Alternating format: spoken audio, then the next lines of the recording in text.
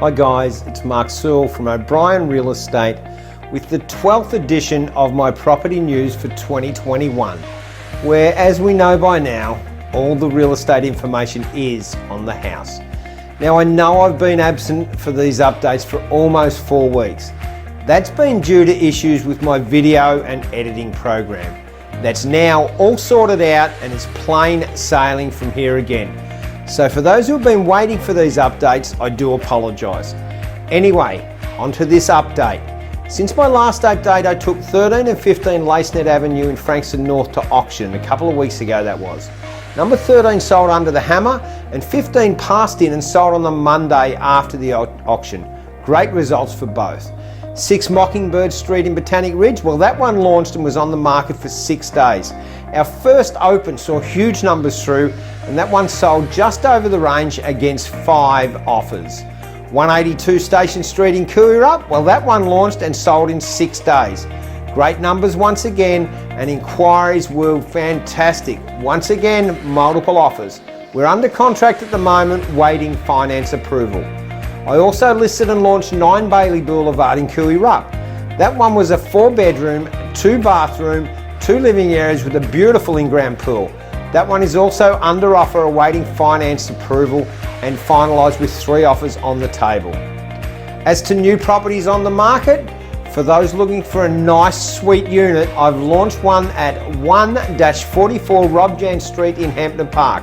It's a 2-bed, 1-bath, single garage priced at $390 to $429. I've also launched one at 6 Henry Street in Pakenham, which is a fully renovated 2-bedroom home on approximately 450 square metres and central to all of the great facilities that Pakenham has to offer. Those two, they're both open on Saturday if you would like to have a viewing. Coming up, I've got a beautiful double story in Clyde North. That's at 109 Moxham Drive. Having photos done next Tuesday and should be set to launch later next week.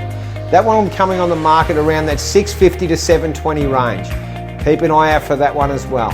Anyway, that's my personal wrap. Now onto the news of the week. With the impending Anzac Day commemorations, it's fitting the New Zealand-Australian travel bubble has now been reinstated. What that means, Aussies and Kiwis are free to travel between New Zealand and Oz without having to quarantine. Considering New Zealand and Australia are like close cousins, I thought it might be worth updating you on the performance of the New Zealand property market and how it is faring in comparison to ours. Realestate.co.nz recently reported asking prices are up 16.9% nationally year on year from March 20 to March 21. The national average asking price for Kiwi properties last month was $834,769, 120,000 plus more than the same time last year, with New Zealand's largest city, Auckland, having an average asking price just over 1.1, where Melbourne's combined dwelling median price is only $736. That's some amazing numbers from our cousins across the ditch. Let's have a quick look at the numbers for the week. Auction results across Victoria remain very strong at a clearance rate of 89% for last weekend, with 731 selling under the hammer. Private sales reported across Victoria was a healthy 1,592 sales.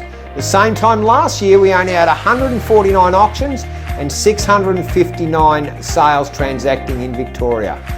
Looking at the OBrien numbers for the week, with school going back, listing momentum is returning to normal levels.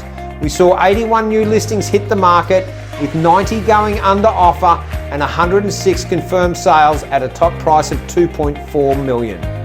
Here are the news edits making headlines this week. The latest data out of China showed the economy growing at the fastest rate on record. GDP grew at a record 18.3% annual rate. Luxury vehicle sales now represent just over 12.5% of the total new vehicle sales, a record high. In fact, Porsche sales in March were the second highest for any month on record. Over the past 6 months, arrivals to Australia have averaged 30,000 a month, while departures were just over 40,000 a month. Before the pandemic, arrivals and departures were closer to 1.8 million a month. It is expected that calls for the opening of international borders to skilled workers will get louder as 2021 unfolds. Pre-pandemic levels of 80,000 skilled workers arriving a month versus today being closer to 4,000. The Reserve Bank minutes from its meeting earlier this month was released, and the RBA isn't spooked by rising home prices. It notes price gains are higher in many overseas countries.